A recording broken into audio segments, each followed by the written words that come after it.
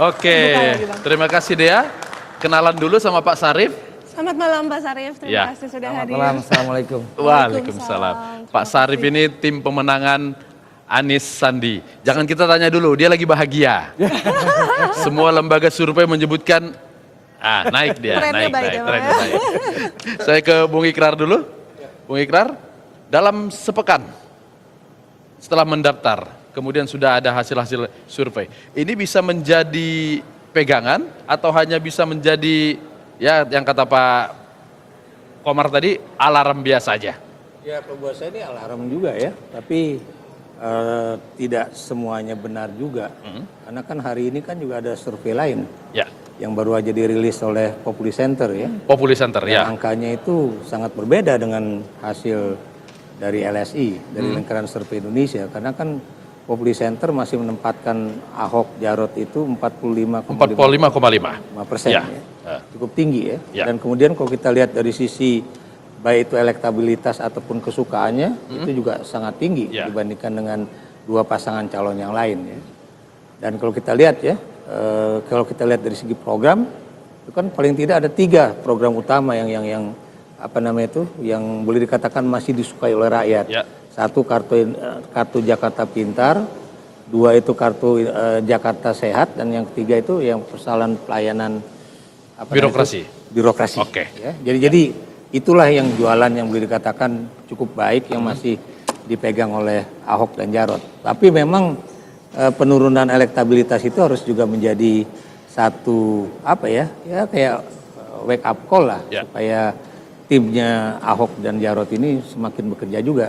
Walaupun saya juga ingin bertanya juga dengan LSI ini ya, sebab kalau kita lihat angka elektabilitas Ahok Jarot 31,4%, itu kok sama dengan elektabilitas Ahok aja, ya. Maksud saya elektabilitas seolah-olah Ahok tidak ada faktor Jarot betul, di sana. tidak ada faktor Jarot di sana. Padahal kalau kita lihat itu faktor PDIP itu akan sangat memegang peranan. Kenapa demikian? Karena kalau kita lihat dari hasil surveinya Populi Center, itu PDIP itu sangat menentukan karena pemilih PDIP itu akan menuruti apa yang diputuskan oleh partai. Ya, jadi kalau kita lihat ya. PDIP, Nasdem, dan kemudian Hanura ya, itu pemilihnya itu biasanya agak konsisten dengan pilihan partainya. Coba Golkar aja yang agak nggak konsisten begitu. Jadi masih saya lihat sih masih ada harapan buat Ahok Jarot untuk kemudian memenangi Pilkada 2017 ini. Kalau kita bicara tentang tingkat kepuasan, pasti mereka puas karena melihat apa yang sudah dilakukan. Betul. Ketika 3 bulan yang lalu yang dilakukan oleh Ahok itu juga yang dilakukan pada saat sekarang. Betul. Ada faktor membuat turun? Apakah memang personality itu bisa mempengaruhi? Kalau menurut saya memang yang selama ini dikritik ya, termasuk juga teman-teman dari kayak Bung Sarif juga. Itu kan karena memang penampilan Ahok selama ini itu kan dicitrakan sebagai orang yang tukang marah, kemudian juga tukang gusur dan sebagainya ya. Tapi kalau Anda perhatikan perubahan besar terjadi bukan cuma menjelang pilkada, tapi dalam 1 tahun terakhir ini Ahok lebih banyak bicara yang banyak guyonnya ketimbang yang galak-galaknya itu. Dan kemudian juga Ahok adalah orang yang tidak pernah takut untuk kehilangan elektabilitas ketika misalnya relokasi penduduk itu memang harus dilakukan kayak yang sekarang terjadi di wilayah Bukit Duri, bukan cuma Bukit Duri, tapi di Kali Krukut itu. Ya, jadi Anda lihat ya, jadi bukan cuma yang nanti teman dari Urban Pur konsorsium aja yang akan marah, tapi orang-orang kaya di wilayah Kali Krukut itu juga akan merasa juga kok tempat saya juga harus dipotong. Begitu. Baik, Bung. Kemarin surveinya Polmark itu menyatakan bahwa Ahok dalam hal transportasi, pembersihan sungai, dan reformasi birokrasi. Tapi tidak dalam hal penanganan banjir, kemacetan, dan masih suka menggusur. Anda sebagai kelompok miskin kota, seperti apa melihatnya? Ya, di kami terus terang paling keberatan di soal penggusuran ya. Dan ini menimpa 15.000 lebih, bahkan 20.000 lebih keluarga gitu. Jadi kalau sejarah Jakarta ini yang paling brutal lah. Ahok ini menjalani penggusuran. Mungkin saya sedikit berbeda dengan Prof. Ikrar ya. Kalau dia mengatakan bahwa saya tidak takut dengan elektabilitas, saya akan turun ketika menggusur, saya pikir dia sudah memetakan ya. Dia kuat di segmen mana gitu, di ekonomi mana. Dia saya pikir sih memperkuat di segmen ekonomi kelas atas gitu. Sehingga dia coba hilangkan yang di segmen bawah, di yang miskin ini. Sehingga dia sudah sangat disadari ketika ini digusur, ini memang kesukaan yang kelas atas nih, gusurin yang miskin-miskin. Sehingga itu terus dilakukan gitu. Nah terus terang bagi kami Ahok ini udah selesai lah. Sudah selesai dan Sudah selesai Pak. sudahlah, nggak usah diharap, sudah mulai bersiap ngemasin barang di balai kota gitu, ini saja. Dan tapi juga tidak lalu kemudian kami sudah memilih ya. Di antara dua ini lalu siapa? Karena ada evaluasi yang cukup mendasar di kami terkait proses politik ini ya. Karena ini posisi rakyat miskin ini di mana sih ketika politik ini? Karena dia dijadiin tumpuan saja untuk berebut kekuasaan ya. Ketika mau terpilih, betul. Kaum miskin di ya contohnya sekarang ini Ahok ini, waktu itu kita kontrak politik dengan Pak Jokowi 2012 itu wakilnya adalah Ahok. Wakilnya Ahok ikut tanda tangan nggak? Tidak, diwakili oleh Jokowi. Tapi itu kan melekat satu pasang, di situ tertulis satu pasang. Dan ternyata begini keadaannya. Sebentar, tadi mengenai kemudian rakyat miskin, kemudian seperti direlokasi begitu ya, itu gimana? Kan mereka diberikan tempat-tempat yang baru, diberikan apa namanya, dengan hanya membayar 10.000 sehari, terus sanitasinya lebih baik, gedung-gedungnya lebih baik, kan fakta-fakta tersebut menurut Anda bagaimana? Oke, sekarang begini, mesti diperjelas ya, karena kadang orang umum nih salah kaprah ya, dipikir direlokasi itu dikasih gitu. Ini harus diperjelas, sewa, mereka itu sewa. Tapi murah. Sewa iya. Tapi murah itu hanya unitnya. Kehidupannya berubah nggak kira-kira dari kampung lalu ke rusun? Berubah. Biaya hidupnya berubah. Karena apa? Saya kasih contoh. Kalau di perkampungan itu ada pedagang sayur itu lewat. Jadi dengan gampang dia belanja. Oh saya kurang cabai saya belanja. Tapi kalau dia di lantai 5, mau nggak dia naik turun hanya untuk beli cabai? Salah satu yang berubah adalah dia harus punya kulkas. Supaya untuk menyimpan makanan. Mas Gugun, salah satunya itu. Mas Gugun pernah hadir ke salah satu rumah susun Irma? Sudah. Yang di mana yang pernah dihadiri? Di Marunda saya pernah, di Dan Mogot saya pernah. Di depan-depan di emperan gitu katakannya kan banyak sekali tuh orang-orang yang berjualan sebenarnya di situ kan. Kan sebenarnya tinggal turun naik lift ya, tidak terlalu jauh lah kira-kira. Ini kan logika, saya nggak tahu ya. Profesor ekonomi mana gitu yang merancang begitu. Yang di kampung ini orang nggak perlu belajar sampai ke Harvard, orang hanya jualan depan rumah laku gitu. Tapi ketika di rusun silahkan cek, laku apa enggak? Beda dengan ketika di sangat berbeda. Profesor Harvard pun nggak bisa merancang ekonomi kayak gini. Sangat berbeda dan nggak laku karena apa? Segmennya hanya itu. Tapi kalau kampung, ini seluruh kampung menjadi pasarnya gitu. Nah, ini yang tidak dilihatnya hanya yang penting gue udah kasih rumah, entah dia ini rumah ini asetnya atau tidak, dan hanya 2 tahun ya, hanya 2 tahun. Setelah itu bayar seperti biasa? Setelah itu dia harus mengajukan ke pihak pengelola. Nah lalu yang menentukan siapa? Yang menentukan ada pengelola, bisa diperpanjang atau tidak. Artinya tidak ada jaminan untuk masa depan. Jadi yang 10.000 itu hanya untuk 2 tahun, setelah 2 tahun nanti beda lagi harganya?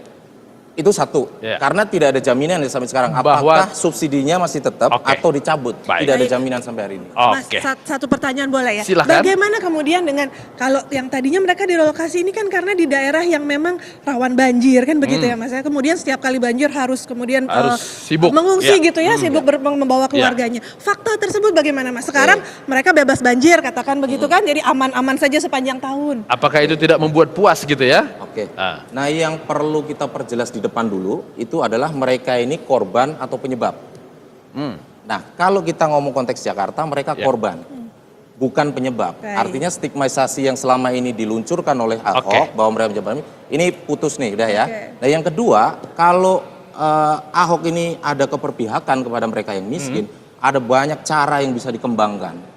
Ada banyak cara yang bisa dikembangkan bagaimana pemukiman itu bisa berdamai dengan air. Jadi tidak harus selalu dengan menggusur. Bisa dikelola dengan baik. Tapi kuncinya bukan Ahok tidak paham bagaimana mengelola pemukiman dengan. Tapi ini soal keberpihakan. Dia ke pengembang atau ke yang miskin. Baik. Ya, saya nyebrang kalau gitu. Iya. Soal keberpihakan. Apakah Anda yakin bahwa Anies Uno bisa berpihak kepada rakyat kecil? Tentu. Itu kan bisa dilihat dari rekam jejaknya ya. Pak Anies sebagai pendidik tentu ya punya track record ya dalam konteks misalnya memberdayakan masyarakat. Tadi pertanyaan rakyat miskin, tentu dalam sektor pendidikan yang paling diutamakan dari Pak Anies ya. Jadi keberpihakan terhadap rakyat miskin itu tinggal didorong dalam bidang apa. Khusus Pak Anies itu tentu mengutamakan bidang pendidikan. Nah Pak Sandi dilengkapi di bidang ekonomi kerakyatan. Saya kira nggak usah ditanya lagi tuh, udah gampang dilihat rekam jejaknya. Gitu. Ya. Tapi kan kadang-kadang penggusuran itu memang satu hal yang harus dilakukan, karena ketika diajak baik-baik tidak mau menerima, sehingga kemudian harus dilakukan tindakan keras. Apakah cara-cara seperti itu memang bisa dihindari? Oh bisa. Saya termasuk orang yang paling aktif dengan Bung Gugun ya, bagaimana memediasi antara pemerintah dengan warga, kan, kemudian warga dengan salah satu fasilitator. Tapi kemudian memang sering gagal. Saya sering mengatakan DKI ini tidak punya, judulnya mungkin jelas keberpihak, tidak sabaran karena dia mendesain penertiban itu berbeda. Saya sering mengatakan yang namanya 5 tertib itu kemudian menjadi ideologinya Pemda. Apa aja itu 5 tertib? Kebersihan, salah satu tertib hunian ya. Nah soal penggusuran tadi saya katakan, itu ternyata desain penggusuran itu tidak tepat. Dan sekarang sedang direvisi tentang pergubnya, umpamanya gini. Dalam rangka menertibkan bangunan itu yang dihitung itu peta inpen loh, bukan bukan data berbasis kepala keluarga. Siapa yang punya bangunan, ya kan, kemudian didata. Padahal ada satu bangunan ditempati 2-3 kepala kakak. Salah satu soal.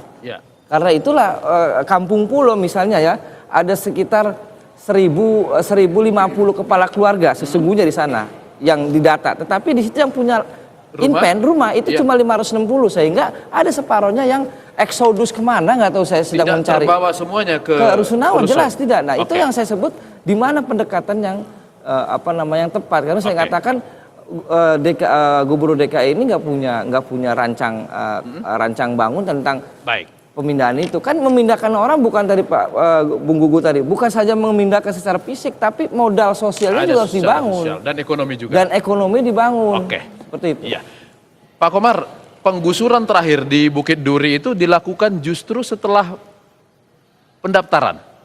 Apakah memang tidak ada nasihat dari partai untuk Pak Ahok supaya menunda dulu? Justru salah satu poin kesepakatan kontrak politik ya tidak boleh gusur lagi. Nah itu yang kita langsung tegur Ahok waktu itu. Oh langsung tegur ya? Kita langsung kasih warning Ahok, nggak boleh. Ya, memang soal kawan ini bicara yang bilang agak kasar, tidak, ini soal budaya juga, jadi harus difahami. Saya juga kalau datang di Jakarta dengan gaya orang Maluku, pasti orang wah ini orang kok kasar, kurang aja. Tapi situlah kebinekaan kita juga harus diakui. Ini orang dari Bangka yang datang baru pimpin Jakarta, ya itu juga harus dimaklumi bagian itu. Kasih kesempatan untuk dia belajar menyesuaikan diri untuk pimpin Jakarta. Jadi soal penggusuran dan soal saya orang pertama dulu ya. Pertama orang partai dari PD Perjuangan. Saya pertama yang tidak setuju terhadap penggusuran. Karena penempatan orang yang tidak manusiawi menurut saya waktu itu. Tetapi ketika dijelaskan oleh Ahok, ya masuk akal juga. Apa itu yang dijelaskan? Menjelaskan bagaimana pemindahan itu walaupun memang tidak semua terakomodasi untuk masuk di rumah susun. Dan ada juga yang tercecer. Dan benar juga tadi bahwa mereka pindah ke sana harus tidak ada orang untuk jual bakso atau apa di atas. Tapi ini proses ya. Saya pikir dari dua kandidat ini walaupun dengan kecerdasan, saya belum terlalu percaya juga besok lalu begitu gampang memindahkan, menertibkan kota ini. Karena dari Republik ini ada waktu Pak Ali Sedikin buat perubahan, habis itu makin kacau. Bang Yos masih kasih kecil lagi kok itu. Jalan raya, jalur airnya, jalur air. Kali-kali dipersempit lagi. Sekarang Ahok buka lagi itu. Jadi itu juga menertibkan kota seperti DKI bukan sesuatu juga yang seperti membalik telapak tangan. Memang harus. Ya, tapi ini kan baru konsep. Ada sedikit. Beliau berdua ini kan baru konsep ini. Kalau Ahok sekarang so eksekusi. Jadi tinggal kita jelaskan saja kepada. Yang ini kan tentang yang kemarin. Ini baru mimpi. Ada ya nanti besok saya buat begini. Yang ini sudah lakukan. Tinggal kita jelaskan kepada publik. Dan Ahok juga kalau memang salah harus minta maaf kepada rakyat. Ini saya salah. Tapi Ahok tidak pernah menyatakan permintaan maafnya. barusan tadi di rapat paripurna, Ya. fraksi Gerindra yang salah satu poinnya meminta Ahok menghentikan penggusuran. Apa jawabnya? Jawabnya nggak ada urusan. Nggak ada. Oh, Kami oke. akan teruskan penggusuran. Iya. Cuma alasannya ada yang baru nih. Apa itu lagi? Ada yang baru. Ah, Cerdas juga rupanya Ahok. iya. Karena ketersediaan rusunawa tidak ada, maka untuk sementara tidak ada penggusuran. Berbeda. Oh, iya.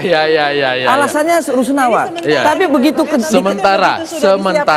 Enggak, Ahok ini sering nambah masalah baru. Iya. Begitu mengatakan ditanya sama wartawan, kenapa rusunawa tidak tersedia? Iya.